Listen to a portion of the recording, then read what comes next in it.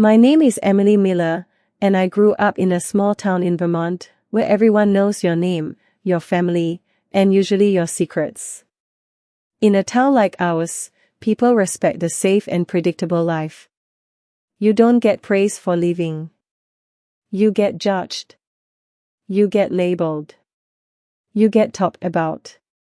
My brother Daniel was the kind of man people trusted instantly. He was a middle school history teacher, the kind who stayed late helping students, the kind who never raised his voice, the kind who always seemed calm and steady. Parents would smile at him and say, "We are so lucky to have him." He had that good man vibe. And I always believed he was living a simple, honest life. But after my divorce, when I moved back home at 31, I started noticing things that didn't add up. Daniel still lived 3 streets away from our parents. Every Sunday we had dinner together. Same table. Same conversations. Same routine. He never talked about travel. He never talked about vacations. He never talked about any kind of adventure. Which, in a small town, felt normal. But one night, while helping my mom clean the dishes, she said something that made my stomach drop. "Daniel's passport came in the mail again," she said casually. "3rd time this year." I laughed because I didn't know what else to do. "Maybe he's planning a big trip," I said. My mom shrugged. "Maybe." My dad didn't even look up from his plate. He just nodded, like this was nothing new. That's when the first doubt hit me. Why would a teacher in a small town need a passport so often? 2 weeks later, Daniel didn't show up for Sunday dinner. No call. No text. My mom started pacing the house. My dad kept staring at the phone like it might ring and bring back the life they thought they knew. By Wednesday night, I couldn't wait anymore. I drove to Daniel's house. The driveway was empty. The house was dark.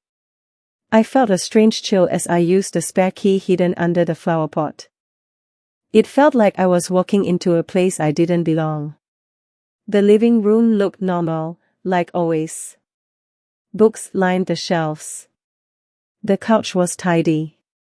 The same quiet, predictable space.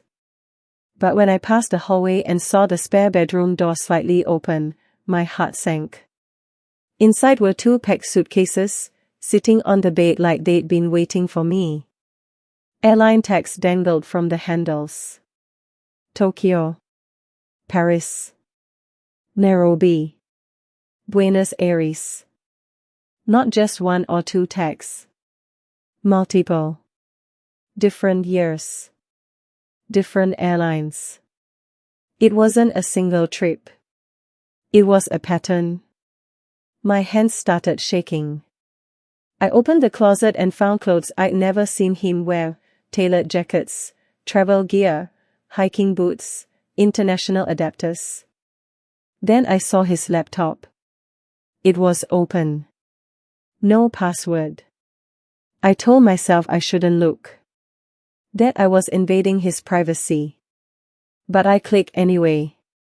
The screen filled with emails. International Education Symposium, Speaker Confirmation Guest Lecture, Berlin Cultural Exchange Program, final approval, and then I saw something that made my stomach drop even harder. His name wasn't Daniel in the emails. It was D. Miles. Different name. Different identity. The calendar on his laptop showed 2 separate schedules, one labeled school, one labeled travel, dates blocked off across years, carefully planned around school breaks. Contracts. Programs. Trips. And the worst part. A plane ticket for the next morning. Lisbon, Portugal. My brother was not just traveling. He was living a life he never told anyone about. And in that moment, I realized the person I thought I knew was hiding a truth so big it could break our entire family. I stared at Daniel's laptop for what felt like hours. Every email, every calendar entry, every travel plan made my world feel smaller. I kept thinking, how could he do this? How could he hide something so big? It wasn't a scandal. It wasn't illegal. It was something worse. It was the truth. I sat on the edge of the bed, breathing shallowly, feeling like I'd been punched in the chest. Then my phone buzzed. Daniel. I froze. For a moment, I didn't know if I should answer. I didn't know if I wanted to know what he would say. But I did. Because if I didn't answer, I'd never know what kind of man my brother really was. I answered. Hello. I said, my voice shaking. Emily, he said calmly. Are you at my house? I couldn't understand how he knew. Yeah, I said. I'm here. There was a long silence. Then he said, you found the suitcases. My heart dropped. Yes, I whispered. He exhaled like he was relieved. I was hoping you wouldn't find out like this, he said. I wanted to scream. I wanted to yell. I wanted to tell him how wrong it was. Instead, I asked, why didn't you tell us? Daniel's voice softened. Because I didn't want to hurt you, he said. Because I didn't want you to think I was selfish. I felt my eyes burn. Selfish. I repeated. You think wanting more is selfish?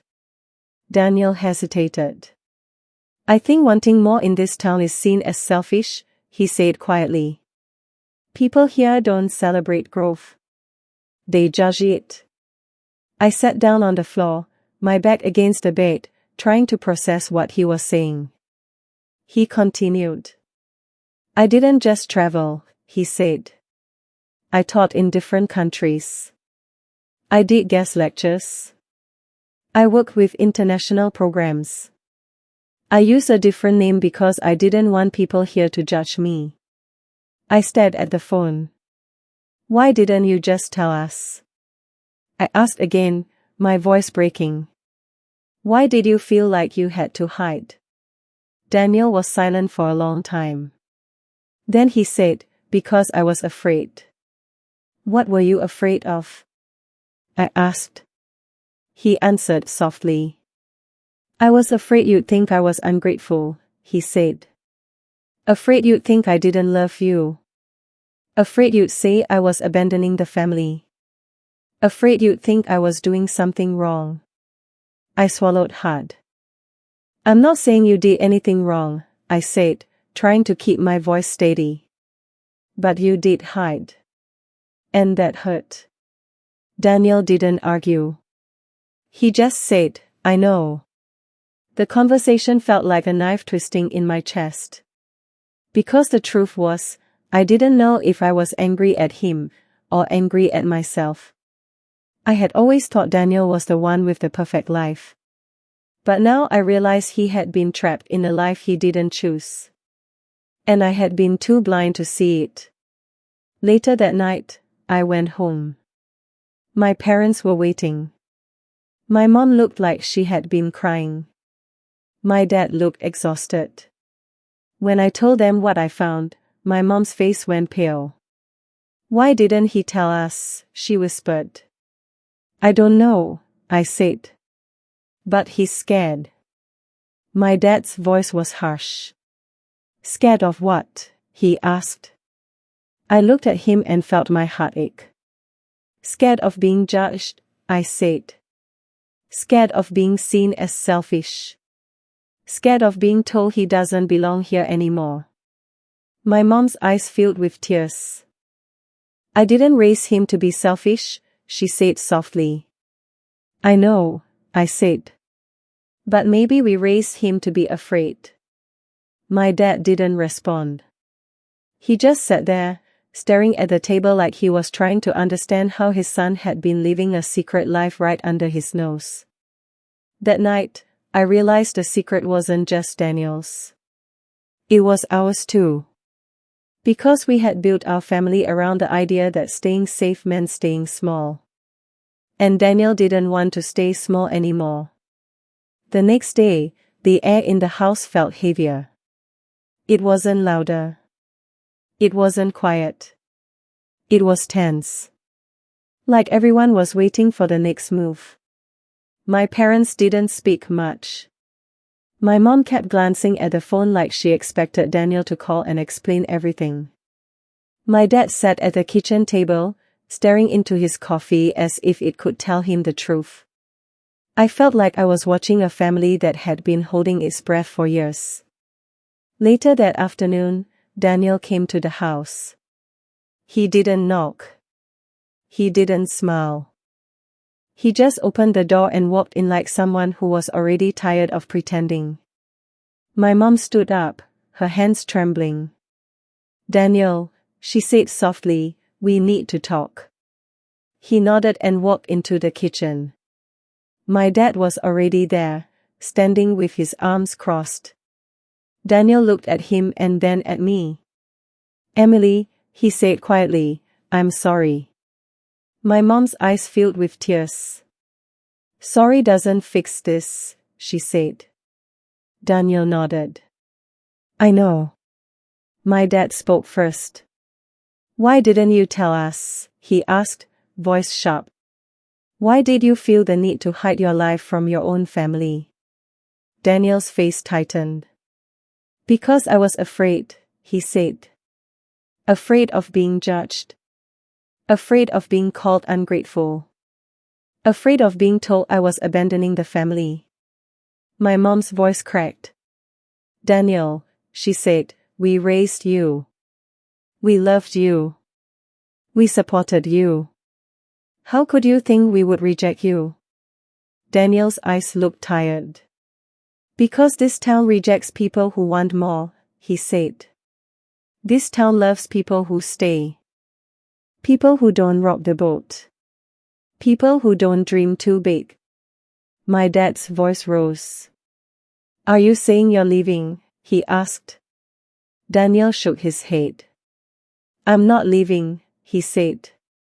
"Not yet. But I can't keep living two lives." My mom stood up and walked to him. "Daniel," she said, "if you're not leaving, then why did you hide?" Daniel looked at her, and I saw something in his eyes that I hadn't seen before, something like pain, like a person who has been hiding for so long they forgot what it feels like to be free. "I didn't hide because I wanted to hurt you," he said. "I hid because I didn't know how to be honest without losing everything." My dad shook his head. "You didn't lose everything," he said. "You kept your life. You kept your dreams. We were the ones left behind." Daniel looked at my dad with a mixture of anger and sadness. "I didn't mean to hurt you," he said. "I meant to protect you." My mom's voice shook. "Protect us from what?" she asked. Daniel looked down. "From the truth," he said. The room went quiet. My dad's eyes narrowed. "What truth?" he asked. Daniel took a deep breath. "I'm not just a teacher," he said. "I've been traveling for years. I teach in different countries. I do guest lectures. I use a different name sometimes. I've been living a life outside this town." My mom's face went pale. My dad stared at him. For a moment, it felt like time stopped. Then my mom whispered, "Why didn't you tell us?" Daniel looked up. "Because I thought you'd hate me," he said. "Because I thought you'd think I was ungrateful. Because I thought you'd think I didn't love you." My mom's eyes filled with tears again. "I don't hate you," she whispered. "I just don't understand." Daniel nodded. "I know," he said. "And I'm sorry." I stood there watching them, feeling like I was watching a family fall apart and rebuild at the same time. Because something in the room had changed. The secret was out. The truth was out. And now we had to decide what to do with it. After that conversation, the house felt like it had been rearranged. Not physically, but emotionally. The air had changed. The trust had cracked. My parents kept acting normal, but their eyes didn't match their faces. They were trying to hold on to the idea of Daniel they had always believed in. But the truth was already inside the walls. Daniel stayed for dinner that night, but it wasn't like the old dinners. He didn't talk about school. He didn't talk about routine. He didn't talk like someone who belonged in our small town. He talked like someone who had been living in the world. The conversation started quiet, but it quickly grew heavier. My dad asked questions like a man trying to prove a point, not understand a truth. How long has this been going on? Why didn't you tell us sooner? Are you planning to leave? Daniel answered honestly. Yes, he said. I didn't tell you sooner because I didn't know how. My mom's voice cracked. You didn't know how, she repeated. You are our son. You could have told us anything. Daniel looked down at his hands. I know, he whispered. I didn't want to disappoint you. My dad slammed his hand on the table. Disappoint us, he shouted. Daniel, we raised you to be responsible. To stay grounded. You were supposed to be the one who stayed. The one who never caused trouble. Daniel's face hardened. And I did that, he said. I stayed. I stayed for years. I followed the rules. I did what everyone expected. My dad stared at him. So what changed? He demanded. Daniel looked straight at him. I did, he said. The room went quiet. My mom's eyes filled with tears. Daniel, she whispered, we love you. We always have. But you made us feel like we were living a lie. Daniel nodded slowly. I know, he said. And I'm sorry. He took a breath and continued. I didn't hide because I didn't love you, he said. I hid because I was afraid. Afraid you'd say I was ungrateful. Afraid you'd say I was selfish. Afraid you'd say I didn't belong. My mom stood up, her hands trembling. Daniel, she said, you belong here. You always have. Daniel's eyes filled with tears. I know, he said. But I don't belong to this town. My dad's face softened for a moment. Then it tightened again. Then where do you belong? He asked. Daniel looked at me, then back at my dad. I belong wherever I'm honest, he said. My mom's voice broke. That sounds like leaving, she whispered. Daniel shook his head. No, he said. It sounds like living. That night, after Daniel left, my parents and I sat in the living room in silence. My mom finally spoke. I don't know how to be his mother anymore, she said softly. My dad looked at her, and for the first time in weeks, he looked tired. None of us do, he admitted. I realized then that the problem wasn't Daniel. The problem was our family had been built around the idea that safety was the same as happiness. And Daniel had finally decided he didn't want safety anymore. The next morning, I woke up feeling like my chest had been tightened overnight. The truth was still inside the house. It wasn't gone. It was sitting there, quiet, waiting to be dealt with.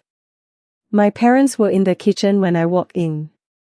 My mom looked tired, but determined. My dad looked like a man trying to hold onto his pride while realizing his son had outgrown him. My mom spoke first. We need to talk about this, she said. I nodded. My dad stared at his coffee like it was the only thing keeping him grounded. Daniel's not a bad man, he said quietly. My mom looked at him. Dad, he's not, she said. But he did hide things. My dad sighed. He's our son, he said. And I think we need to accept that he's not the person we thought he was. My mom looked shocked. Not the person we thought he was, she repeated. My dad nodded.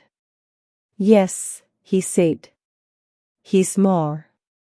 My mom's eyes filled with tears. More, she whispered. My dad looked at her. He's more than this town, he said. He's more than the life we built. I sat there, stunned. Because the person I thought would be the most angry was actually the first one to admit that Daniel was bigger than our small world. My mom shook her head, wiping her tears. I don't know if I can accept that, she said. I reached for her hand. Mom, I said softly, it's not about accepting. It's about understanding. She looked at me. I just feel like he left us, she whispered. I squeezed her hand. He didn't leave, I said. He just didn't tell us he was leaving. My dad finally spoke. Maybe we were the ones who didn't let him leave, he said. My mom looked at him like she didn't know what to say. Then she whispered, maybe you're right. Later that day, I drove to Daniel's house again. I needed to see him. I needed to understand him. I needed to know why he had chosen to hide rather than share. When I arrived, he was sitting at the kitchen table, staring at the map he kept pinned to the wall. He looked up when I walked in. Emily, he said softly. I sat down across from him. Daniel, I said, I need to ask you something. He nodded. Why didn't you tell us about your life sooner? I asked. Daniel looked at the map and sighed. I wanted to, he said. I really did. But every time I thought about it, I imagined your faces. I imagined the disappointment. The judgment. The way this town talks. I swallowed hard. I'm not going to lie, I said. It hurt. It felt like you didn't trust us. Daniel's eyes filled with tears. I do trust you, he said. I just didn't trust you to understand. I stared at him. Understand what? I asked. Daniel looked up. Understand that I was never going to be satisfied here, he said. Understand that I needed more. Understand that I needed to be more than a teacher in a small town. My heart ached. Why didn't you say that? I asked. Daniel looked down again.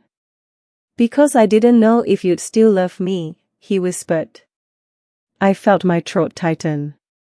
Daniel, I said softly, I love you. But you can't keep doing this. He looked at me. I know, he said. I took a deep breath. Are you planning to leave? I asked again. Daniel nodded. Yes, he said. I have a job offer in Portugal. A real position. Not just a guest lecture. A chance to build something. I felt my eyes burn. And what about us? I asked. Daniel's voice broke. I don't want to lose you, he said. But I can't stay. I stared at him. For the first time, I saw the truth in his eyes. He wasn't hiding because he wanted to hurt us.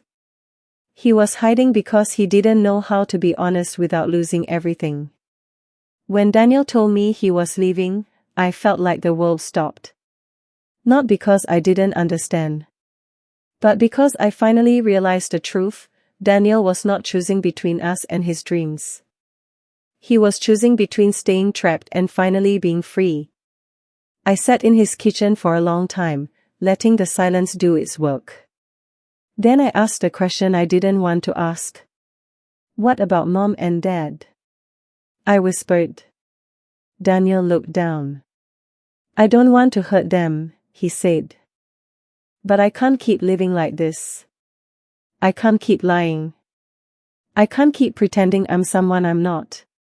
I nodded slowly. I know, I said. But you have to understand how much this hurts them. Daniel looked up. I do, he said. But I also have to understand how much it hurts me to stay. I swallowed. Do you think they'll forgive you? I asked. Daniel's eyes filled with tears. I don't know, he said. I hope so. That night, I went home and told my parents everything. I didn't hold back. I told them about the job offer in Portugal. I told them about his years of travel. I told them about his fear. I told them about his need to be honest. My mom sat there quietly, listening, her face like a mask. My dad was silent. When I finished, my mom whispered, "We should have known." My dad looked at me. I don't know if I can forgive him, he said. I felt my heart break. Dad, I said, he's still your son. My dad's voice was soft. I know, he said. But I don't know if I can accept that he wants to leave. My mom looked at him. You can't keep him here, she said. Not if he doesn't want to stay. My dad's jaw tightened. And what about us? He asked. What about the family? What about the home? My mom looked down. I don't know, she said. But I know we can't keep pretending everything is okay. I sat there, feeling like my family was being torn apart by a truth we never saw coming. I realized then that this wasn't just Daniel's story. It was ours. It was a story about how families can love each other deeply, and still hurt each other without meaning to. The next morning, I went back to Daniel's house. He was packing again. This time, the suitcases were more organized. It looked like he had accepted the fact that he was leaving. When he saw me, he looked tired but relieved. Hey, he said softly. I walked up to him. I talked to Mom and Dad, I said. Daniel nodded. And, he asked. I took a deep breath. They're scared, I said. They feel like you're abandoning them. Daniel's face fell. I'm not abandoning them, he said. I'm just choosing a life. I looked at him. Daniel, I said, you have to tell them the truth. Not just about your travels. But about how you felt trapped. About how you felt judged. Daniel's eyes filled with tears. I don't know if they'll understand, he whispered. I reached out and took his hand. Then you let them try, I said. But you have to give them a chance. He nodded slowly. Okay, he said. I'll try. That night, we drove to our parents' house together. The air in the car was heavy. We didn't talk. We just drove. When we arrived, my mom opened the door. She looked at Daniel like she was seeing him for the first time. Come in, she said quietly. My dad stood behind her, silent. Daniel stepped inside. He looked at them, and I could see the fear in his eyes. Then he took a deep breath. Mom. Dad, he said. My mom's eyes filled with tears. Daniel, she whispered. He looked at them. I need to tell you the truth, he said. Not the part you think you know. The real truth. My dad's voice was low. Go ahead, he said. Daniel took another breath. I'm not just a teacher, he said. I've been living a double life for years. I've been traveling. I've been teaching in other countries. I used a different name. And I'm leaving. My mom's face crumpled. My dad's eyes filled with anger.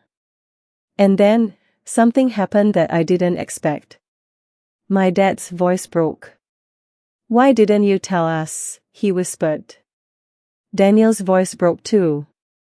I was scared, he said. My mom walked over and hugged him. I'm not mad, she whispered. I'm just scared. Daniel hugged her back. And in that moment, I realized something: the truth didn't destroy us. It just exposed the cracks we had been hiding for years. The night Daniel told my parents the truth, the house felt like it was holding its breath. My mom was crying quietly in the kitchen. My dad sat at the table, staring at his hands. Daniel stood by the window, looking out at the dark street as if he was already halfway across the world. I didn't know what to do. I felt like the daughter who had been watching her family fall apart and come back together at the same time. My mom walked up to Daniel. Are you really leaving? She asked. Daniel nodded. Yes, he said softly. I have to. My mom's voice shook. Why? She whispered. Daniel turned to her. Because I can't keep living in a lie, he said. Because I can't keep pretending I'm someone I'm not. Because I need to be free. My mom looked at my dad, as if asking for help. My dad's voice was quiet. Do you love this town? He asked. Daniel looked at him. I used to, he said. But I don't anymore. My dad's face hardened. Then what do you love? He asked. Daniel took a deep breath. I love you, he said. I love Mom. I love you. But I also love the life I've built. I love the people I've met. I love the world outside this town. My dad stared at him for a long time. Then he said something that surprised me. If you leave, he said, don't come back pretending you never left. Daniel's eyes widened. My dad continued. Go, he said. But don't come back and act like you didn't choose this. Because you did. My mom started crying again. Daniel walked over to her and hugged her. I'm sorry, he whispered. I'm so sorry. My mom hugged him tightly. I'm proud of you, she whispered. Daniel's face changed. He looked like someone who had been waiting for those words his whole life. He looked at my dad. Are you proud of me? He asked. My dad hesitated. Then he nodded slowly. I'm proud of you, he said. Daniel's eyes filled with tears. Thank you, he whispered. Then he turned to me. Emily, he said. I walked over to him. I'm sorry, he said. I never meant to hurt you. I shook my head. You didn't hurt me, I said. You just made me realize how much I don't know about you. Daniel smiled sadly. Thank you, he said. And thank you for not turning your back on me. I looked at him. Just promise me one thing, I said. He nodded. Promise me you'll call, I said. Promise me you'll send pictures. Promise me you won't disappear. Daniel nodded. I promise, he said.